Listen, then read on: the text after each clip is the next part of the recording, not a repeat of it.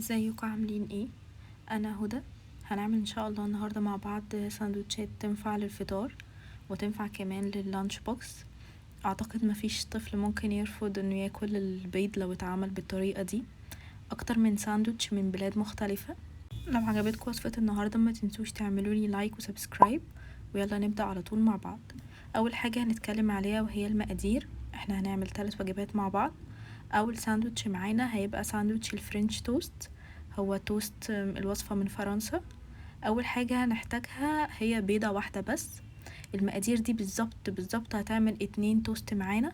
بيضة واحدة وربع كوباية لبن اللي هو الحليب، ومعلقة عسل عليه رشة قرفة ورشة ملح بسيطة ومعلقة صغيرة فانيليا.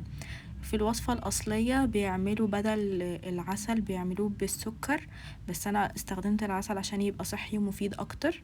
وبعدين بنجيب التوست بتاعنا نحطه في خليط البيض واللبن ده، بيبقى عامل زي خليط الكاسترد كده. وكده خلاص العيش بتاعنا امتص كل البيض الموجود. وممكن كمان بدل التوست نعمله بعيش الكرواسون. وبعدين هنروح نسويه، هنجيب طاسة على النار نحط فيها قطعة زبدة ومعاها معلقة صغيرة من الزيت عشان الزبدة ما تتحرقش، ونحط التوست بتاعنا لحد ما خليط البيض اللي جوه ده يستوي. مش هيغيب يعني، تقريبا دقيقتين على كل جنب، ونخلي النار متوسطة عشان ما يتحرقش مننا. وبلاش نستخدم سمنة، هي الوصفة الأصلية لايق عليها أكتر الزبدة. كده خلاص شكله بعد ما استوى.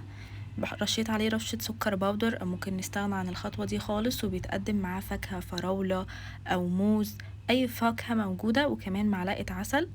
وجبة مفيدة جدا، نحطها كده في اللانش بوكس أو نفطر بيها الصبح، مفيدة ومغذية وفيها فاكهة كمان. نيجي لتاني وصفة معانا، هو ساندوتش المونت كريستو. هو ساندوتش من أمريكا. هنحتاج 3 توست، وهنحتاج مايونيز، او ممكن بدل المايونيز اي صوص احنا بنفضله، او ممكن حتى ندهنها بزبدة. وهنحتاج دي جبنة تركي، ممكن في الوصفة الأصلية بيستخدموا جبنة جودة، بس أنا قلت البديل هو الجبنة مثلا التركي أو موتزاريلا أو تشيدر براحتنا. وكمان حطيت مشروم. في الوصفة الأصلية بيحطوا لانشون فراخ، بس اللانشون يعني مش مفيد قوي، فقلت البديل الصحي ليه هو المشروم. ممكن نستخدم بيبروني أو أي حاجة نفضلها.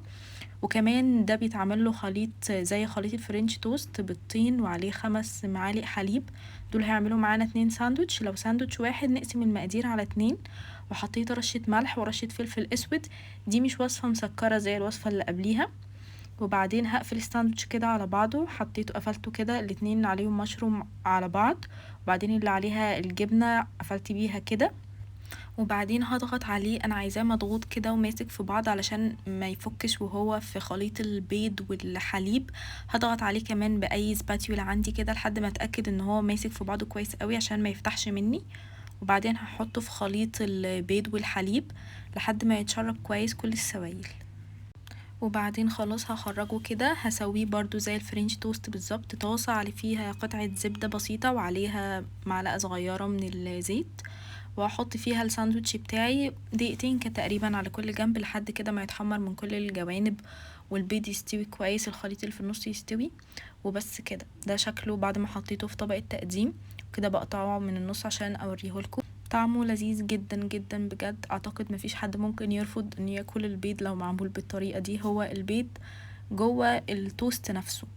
نيجي لتالت وصفة معانا وهي بطاطس وبيتزا. اول حاجة جبت بطاطس قطعتها رفيع وسبتها في المية شوية ربع ساعة، وبعدين نشفتها بمناديل وحطيتها في الميكروويف 4 دقايق بالظبط لحد ما بقت نص سوا. اللي مش عنده مايكروويف ممكن يسلقها نص سلقة. وبعدين هجيب صينية، اي صينية بتدخل الفرن، همسحها مسحة زيت بسيطة، واحط فيها البطاطس بتاعتي، واحط عليها معلقة نشا وتوابل البطاطس. النشا هتخليها مقرمشة شوية من بره لان احنا مش هنقليها في الزيت.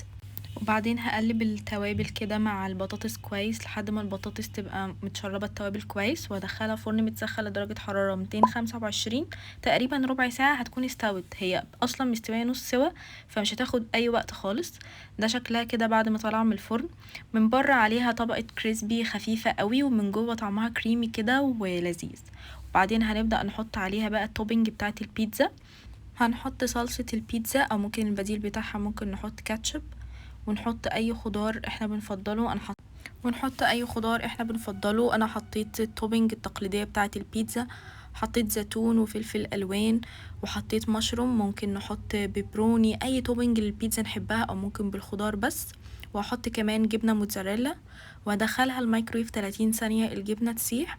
وكده بطاطس البيتزا بتاعتنا هتكون جاهزه. او ممكن نحطها في صينيه وندخلها الفرن، الجبنه تسيح بدرجه حراره الفرن.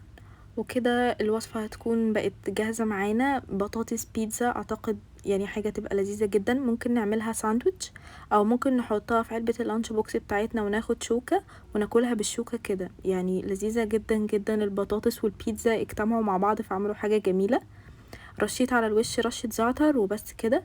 دي كده الاطباق بتاعه النهارده. اتمنى وصفات النهارده انها تكون عجبتكم وان انتوا تجربوا منها وصفة او اتنين تاخدوهم معاكم الشغل او تفطروا بيهم الصبح، يوم فطار رايق كده.